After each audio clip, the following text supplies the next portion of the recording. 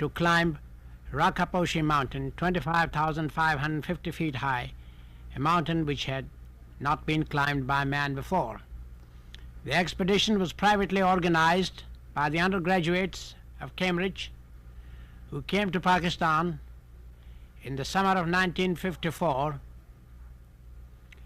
and along with Pakistani members who joined it, it made an attempt to climb this mountain.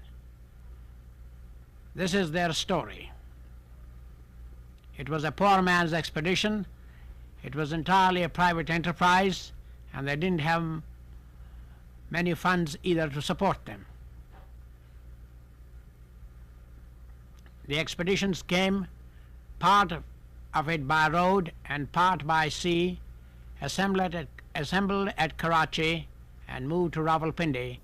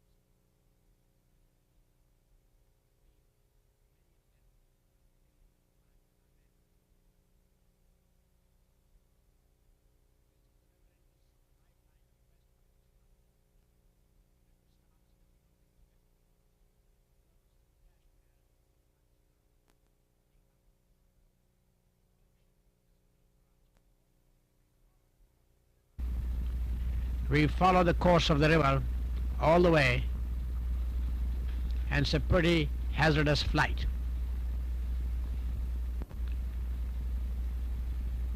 In the distance is Nanga Parbat, a world famous mountain which was climbed by the Germans in 1954.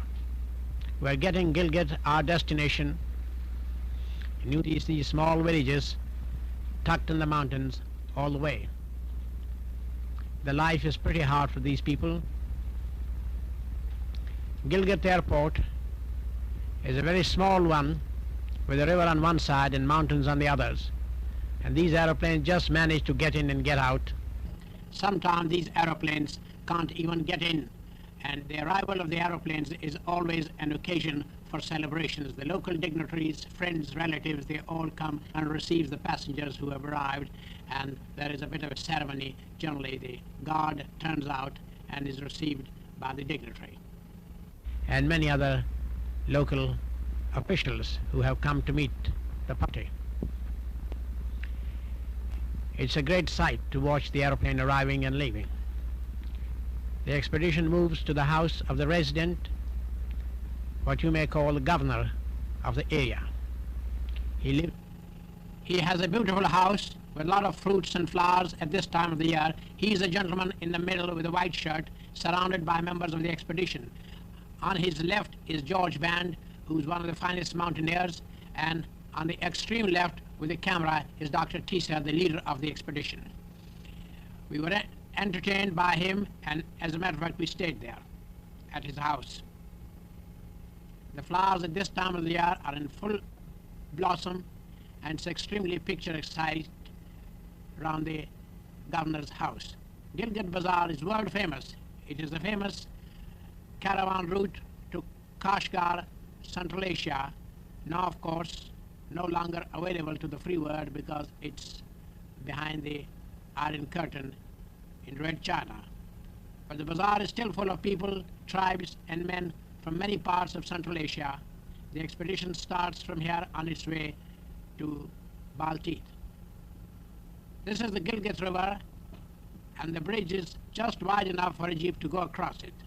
And the road from there onward is part of the way, dry riverbed. From here the road goes up into the hills, and most of this road is made by hand. There's no machinery available, and when there's a big rock like this, they go underneath it, as you notice. The road follows the Hunza River. There's a mountain on one side and the deep, fast-flowing river on the other side. But these drivers are pretty good in driving over such hazardous roads. And in many places there's a danger of falling rocks.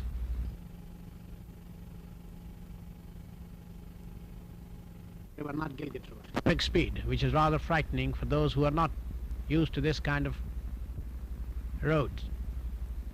And you find often the driver has one foot hanging outside in case something happens. He's ready to jump off. Fortunately, such things don't happen often. In the distance you see Rakaposhi, the object of the expedition, one of the famous mountains in this part of the region. And this is another type of the bridge used commonly for crossing the Hunza River. You see it's being operated by hand. The bucket carries hardly 2 persons at a time. It's a pretty slow job, but nothing better is available. In due course, it is hoped that a bridge will be put across here. These Hunza Kotis and Nagar people are extremely helpful and willing. Roger Chorley and Faser are riding in the bucket. Faser, 2 years later, was killed in Nepal in a mountaineering expedition. Roger Chorley nowadays lives in New York. In the distance we now see Chalt, which is the summer capital of Mir of Nagar. And that's the view of a glacier showing the way up to the peak Rakaposhi in the distance.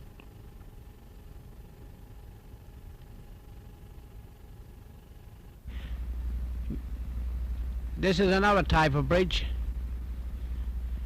crossing from Nagar state to Hunza. The Mir of Hunza sent us horses and a party to receive us and escort us to Baltit, the capital of Hunza. The beginning of the road is what you see, and what a rugged road too. When there's a storm or a landslide, the road disappears right down into the river, which you see in the distance. And many people prefer to walk instead of riding a horse, and I don't blame them either, for the hazardous ride you may have to face unless you are used to it. The local people don't mind, they're quite good at it. They will even gallop on this kind of road, but the members of the expedition were rather frightened and they preferred to walk, and so you see the horse being led by the man who brought it.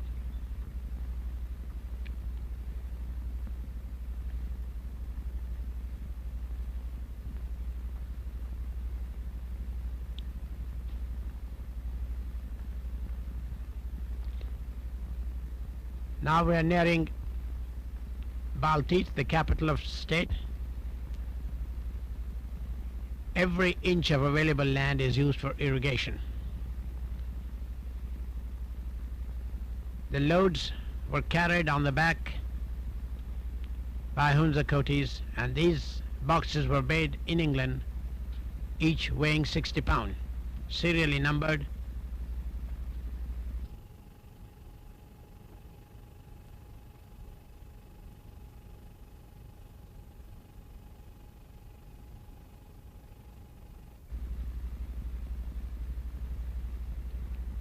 These men would do about 10-15 miles a day very happily.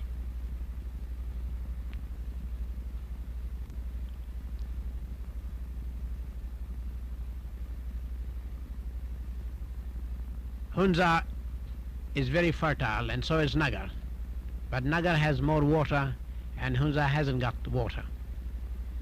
These are the two states on each side of the Hunza River, which divides the two territories. Now you see another kind of bridge. One of the members crossing it, and many a times there are some planks missing. And it's not very easy to cross the river if you're not used to it, with missing planks in the bridge. and there is one member who's having some difficulty in doing it. And there's always a man at the far end waiting for him in case he gets into difficulties. The water is pretty fast at this time, rushing from the mountain tops. The local people are so used to it that they can walk almost with their eyes shut.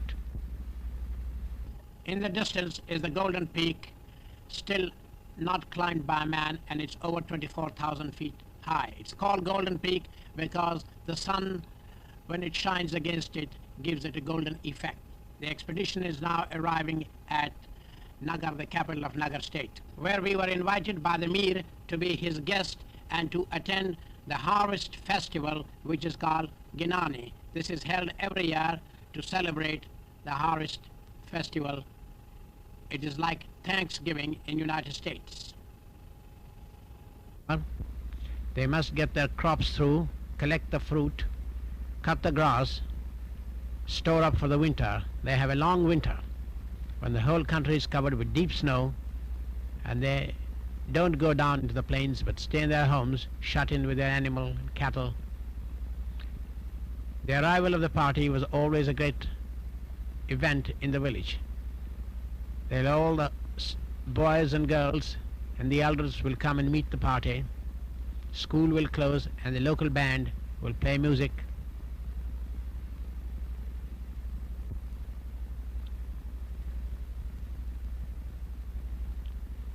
In the distance, the flag represents the 5 valleys which are in the state. This is the Mir himself, a very fine horseman, a first-class gentleman, and a great sportsman, and a most hospitable host.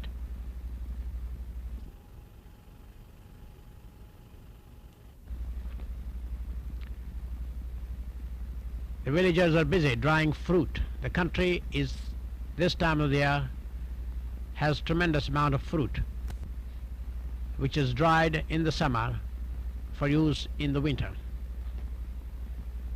They grow barley, rice, wheat, corn, all done by hand. No machinery available, and not much use for it either because the holdings are very small.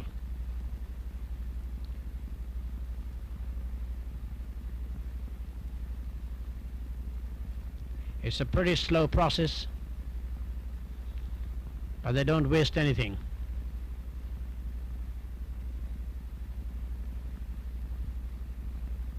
This is the way land has been farmed for thousands and thousands and thousands of years from the dawn of history.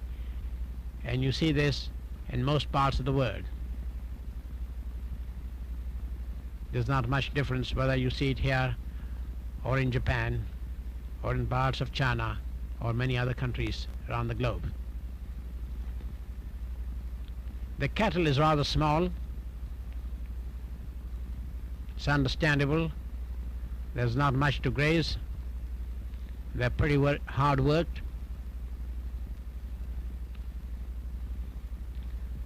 The threshing is done by the village as a combined effort of the community, because it's not easy for one man to do it. So they all muck in and help one another.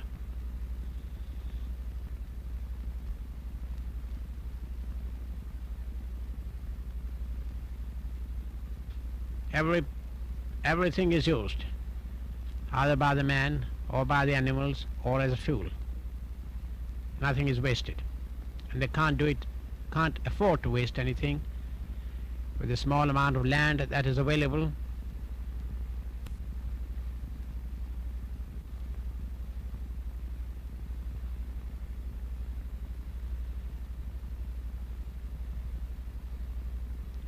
Nagar is self-sufficient in food.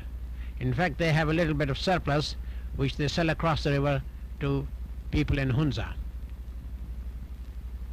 who do not grow enough food for themselves and have to rely on supplies from Nagar. There's tremendous amount of fruit grown in this area, apples, apricots, plums, grapes, figs, almonds, walnuts, cherries. And if you get hungry, you just stop, shake the tree, and have a good meal and walk off. No one will charge you, and everyone is welcome to an orchard to help himself when he's hungry. This is the way it's been done.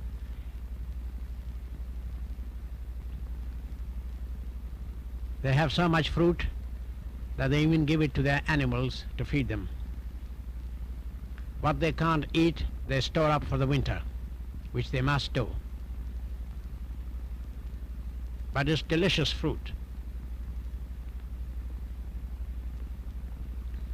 And you find fruit trees all along the roads, everywhere.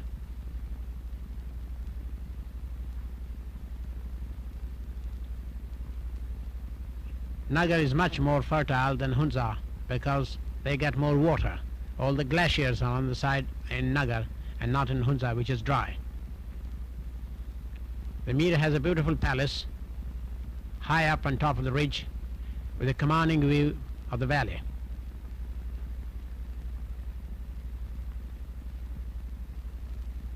They don't have any professional fruit pickers. All that you do is make one or two boys to climb the tree and shake it hard, and the rest are busy collecting it. While they're collecting, they're also helping themselves, eating it, so that Mama won't have to cook anything. The fruit drying is a peculiar process. They take the stone out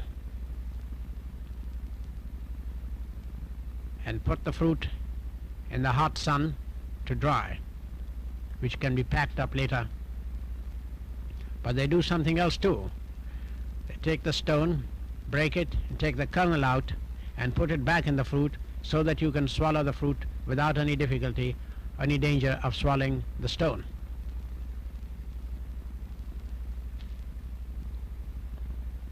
They are putting it back into the fruit.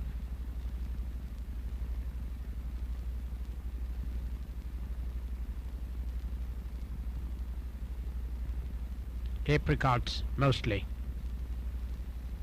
but delicious.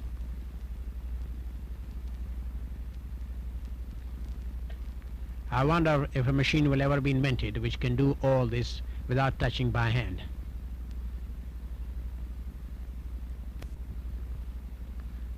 This will get the juice out. This is another hand-operated press.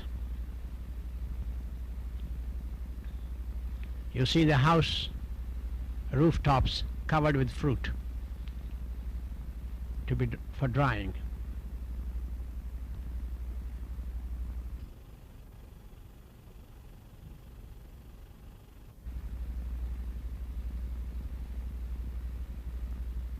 The village workshop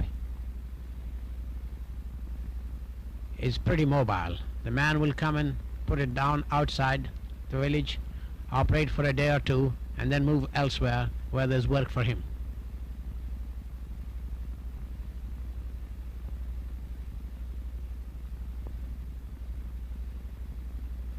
The economy is run mostly on barter system. He doesn't take any money, but would prefer to take something in kind. And here's a hair comb being made using toes and fingers.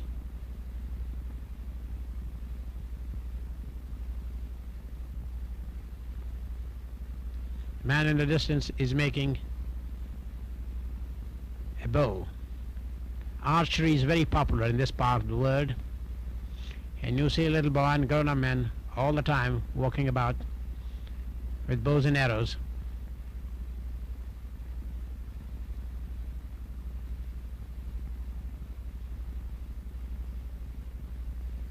I wonder if many people will recognize what this man has. There's a pitchfork.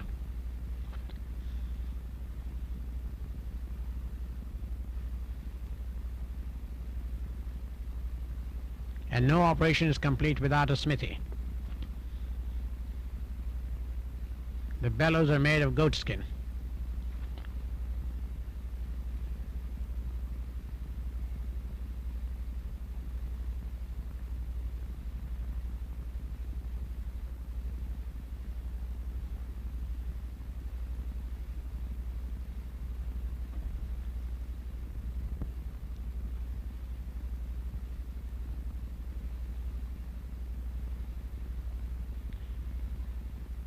The weaver is a pretty busy man at this time of the year. She has to make blankets, even carpets, rough kind, for use in the winter. He even has some patterns and designs, sometimes from magazines from the United States and other countries. And they don't make a bad job of it either.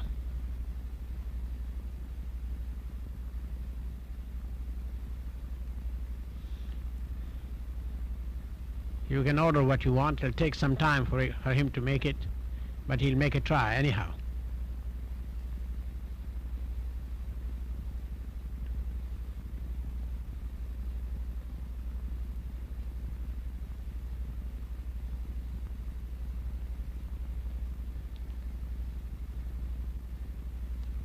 There's a lot of wool available, as they have plenty of sheep, goat, yaks in this part of the world.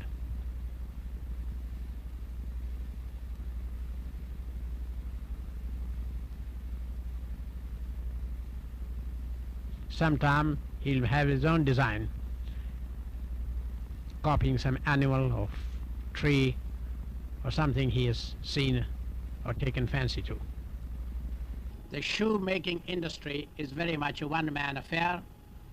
And this man will come and sit outside your house and make a pair of shoes for you from the local hide and skins which are available. It doesn't take very long to get a pair of shoes made according to the size and design required. It doesn't charge much either for it. In most cases, it's a system which prevails.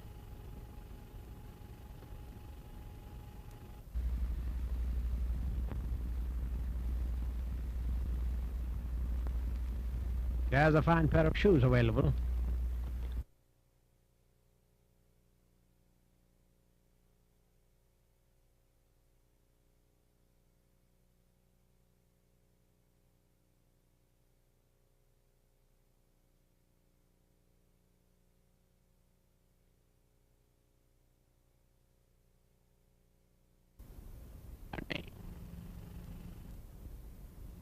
The Mir holds his court every now and again, and it is an open court.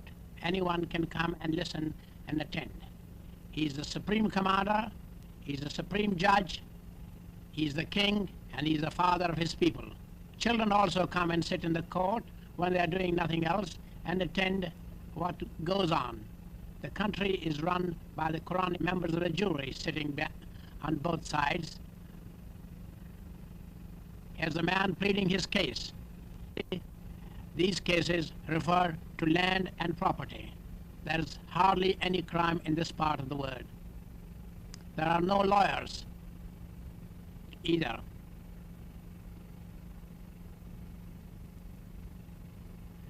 The justice is swift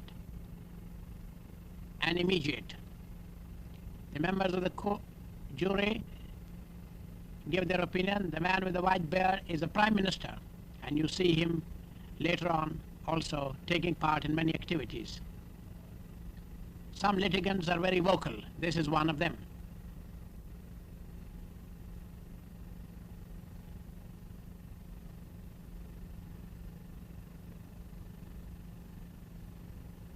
A very happy state, and the Mir knows what goes on in his domain.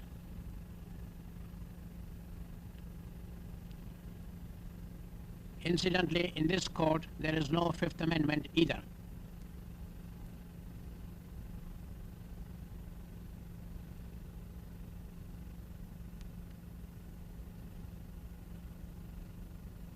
The elders form the members of the jury.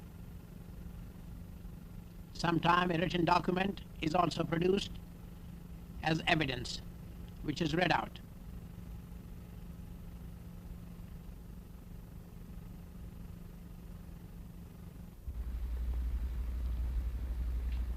There's a tremendous enthusiasm for schools in this area. More and new schools are opened every day.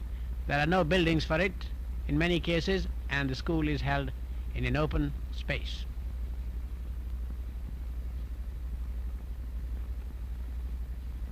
The education is free.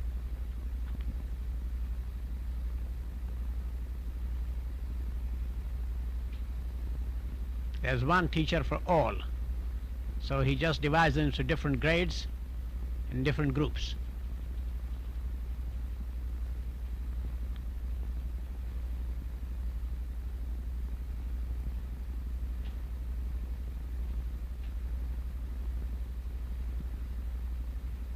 This boy doesn't seem to, he's done his homework. The boy with the coat is the son of the Mir, and a very fine horseman too. A fine lad who took great interest in the expedition. Polo originated in this part of the world, and here's the polo team going to the polo field. They play polo in its ancient form, and thousands of villagers come for the harvest festival in great processions with bands and flags and polo sticks and horses and shouting and yelling and music going on all the time. Every village has a polo team, and the band, of course, is always in attendance at all these functions. And as usual, children standing behind watching the fun. They wear fancy clothes too for the occasion. The Mir is the host for everyone. He feeds them for these two days, and the food is centrally cooked. A yak is slaughtered every day, and everybody is Mir's guest for these days.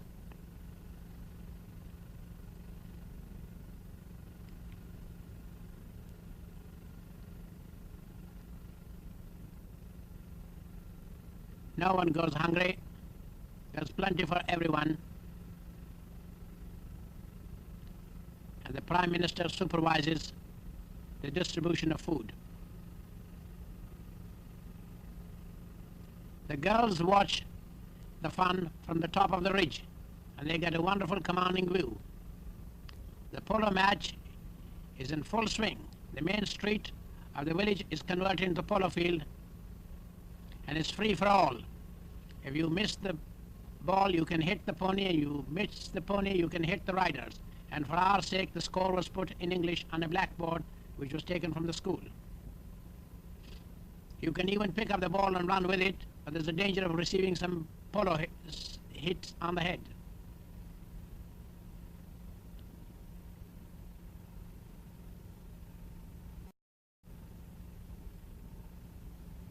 Archery from a galloping horse is another popular sport in this part of the world. There's a white marker to be shot at. There's the Mir coming himself. He's almost got it.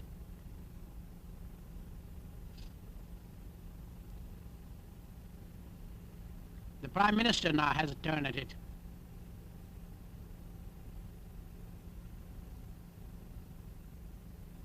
They say it's good for the drums to be warmed up.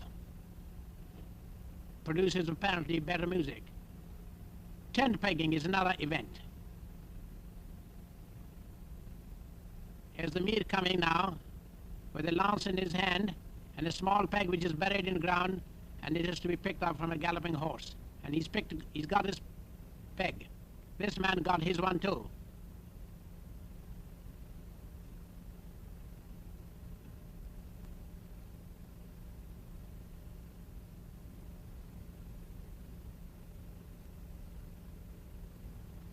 Different types of drums, you see. And now the inevitable dancing. You will notice that the dancers are all men, and different dances will be performed by different people. And the Prime Minister again taking part in one of them, wearing a rather handsome coat.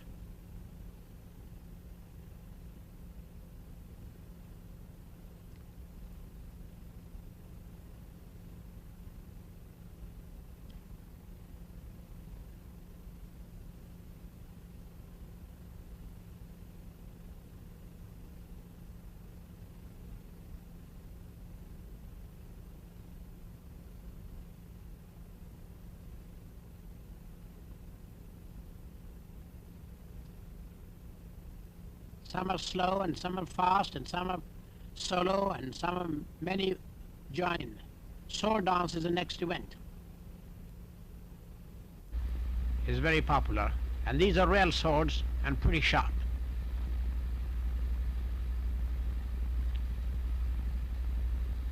But these men are expert at handling these. And it's not one sword but two swords with which they dance, one in each hand.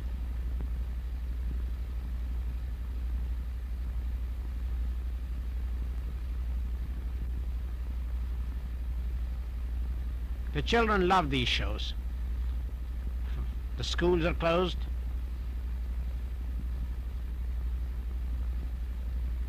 Because these children expect to do these things themselves when they grow up.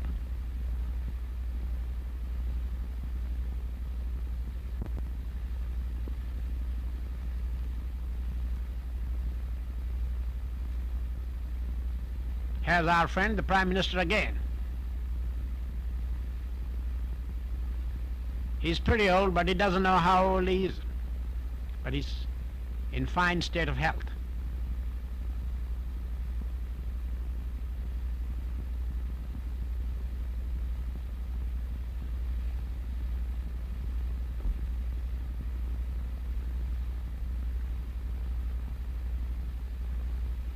There are no birth certificates maintained, so it's difficult to know the age of a man.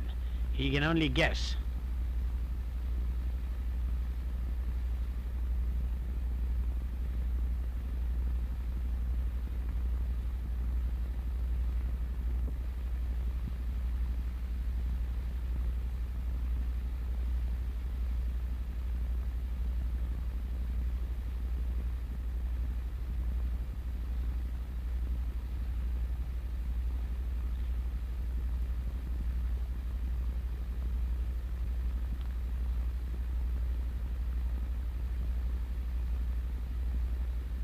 It's a pretty rugged country, but you see terraced fields all over the place.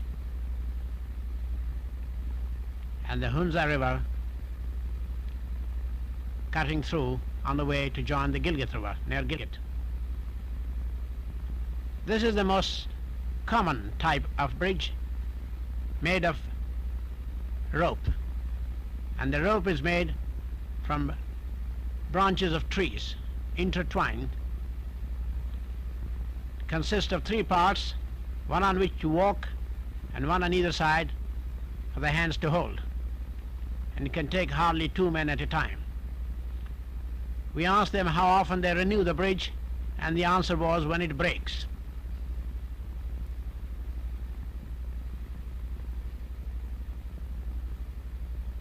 They last, I believe, a season.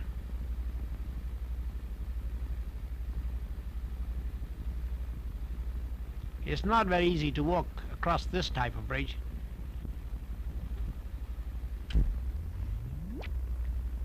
The expedition is now on its way to the mountain.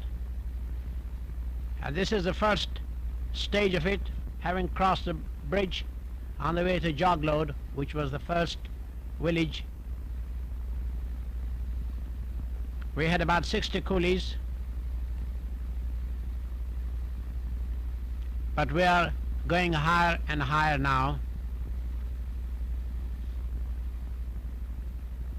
crossing these streams on the way with cold, icy cold, rushing water. Many of these men would bring their burro for carrying loads in addition to what he carries himself.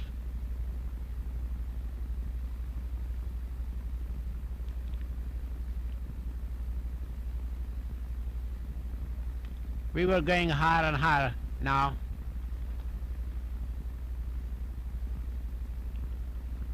And there were 60 coolies to carry the load of the expedition.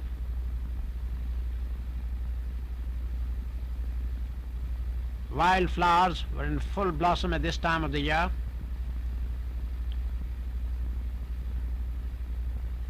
And we are now almost reaching the end of the tree line.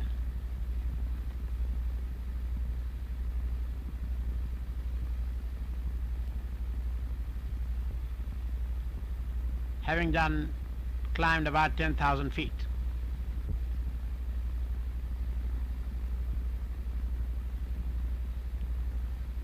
The track is like a goat track, very narrow, steep, and going uphill all the time.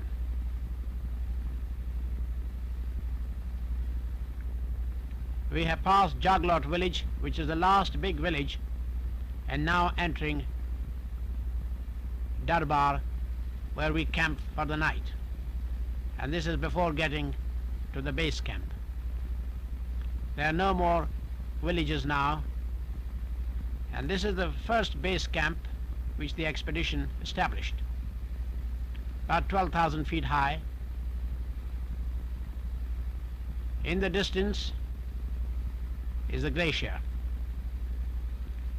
rising towards Rakaposhi.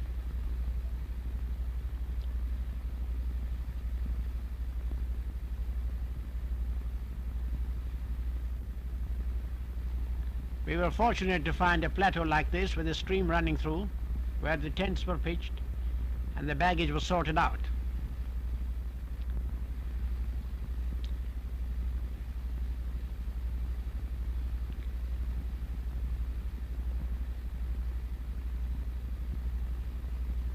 The coolies were sent back home, and the porters who were to stay with us started the work on their own. We were fortunate in finding a Hunza who said he was a cook. It took him some time to know what cooking was, but I must say that he was extremely intelligent. In no time he became pretty efficient in cooking most of the things that were needed. Making a chapati, which is like a pancake,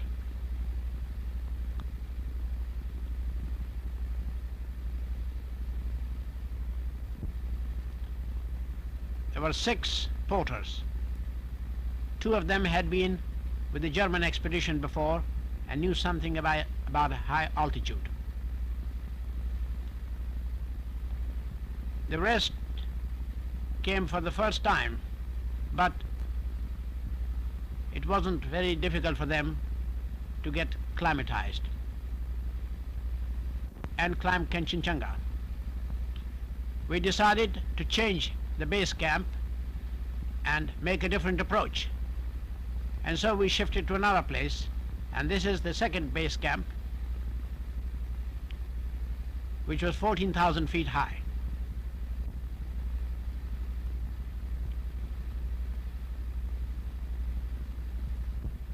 We had a stream running through the camp where water started flowing at about 3 o'clock in the afternoon. When you are on a mountain, there's hardly any privacy between the members.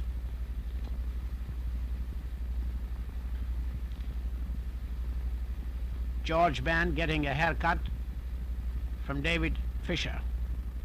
Incidentally, he's one of the finest climbers in the world, having climbed Everest, Kanchenjunga, and many other peaks.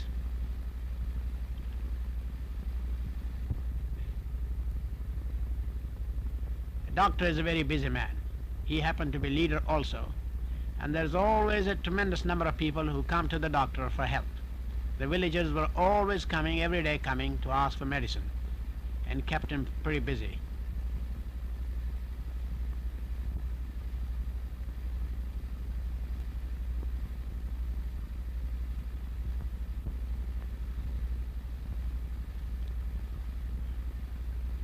Having established base camp, we moved to Camp 1, which was 15,000 feet high. The mountains in this part of the world are quite different from anywhere else. They rise steep.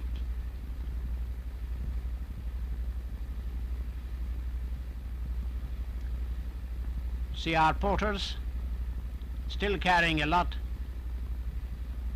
of baggage to Camp 1. We passed a tree line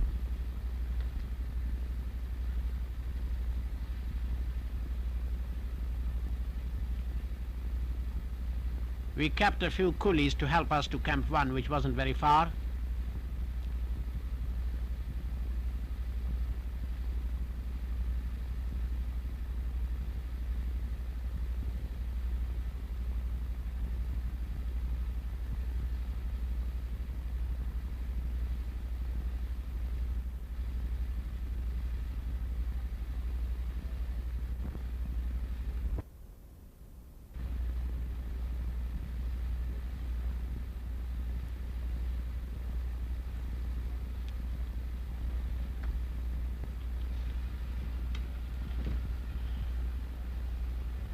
This is now moving to Camp 2, 17,000 feet high.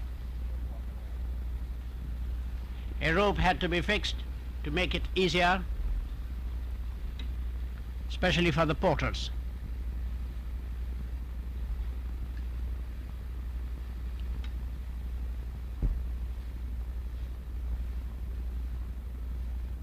This was at the end of a gully, and there was always rocks coming down, which made it rather dangerous.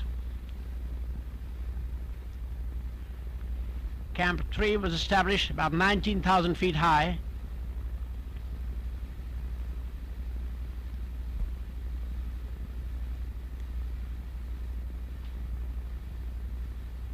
The snow was deep,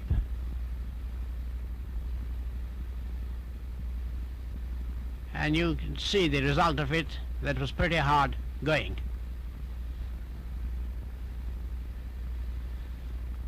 There are two members in the distance nearing the top who've gone ahead. It's Rakaposhi in the distance. To the right is the Monk's Head, which was our next objective.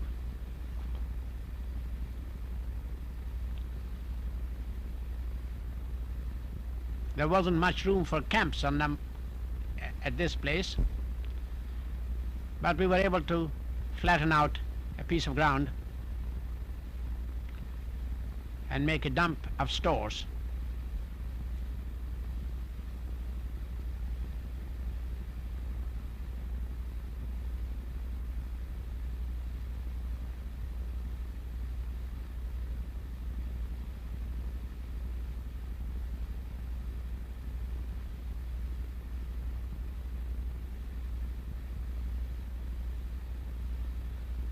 From Camp 2, we were able to get some wonderful view. As moving from Camp 3 to Camp 4, which was about 19,000 feet, and going around a cornice. This is where the expedition met its first misfortune. Wrangham and one other porter, as they were going over a cornice, having gone there before, the day before, they met a disaster. The cornice broke and Wrangham fell down about 60 feet, and he had to be retrieved later on with the help of the others when they arrived. But this put him and the porter out of action. They had to be evacuated all the way back to the base camp.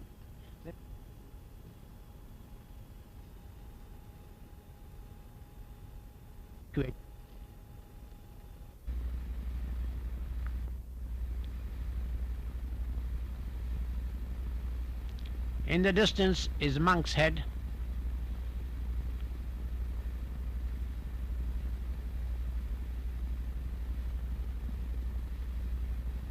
We're trying to get there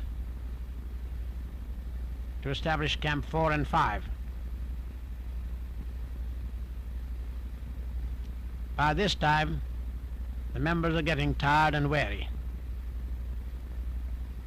Rather hard going and strenuous work involved.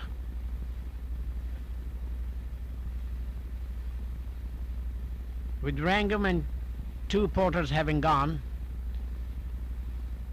we had another unfortunate episode now that the bad weather started.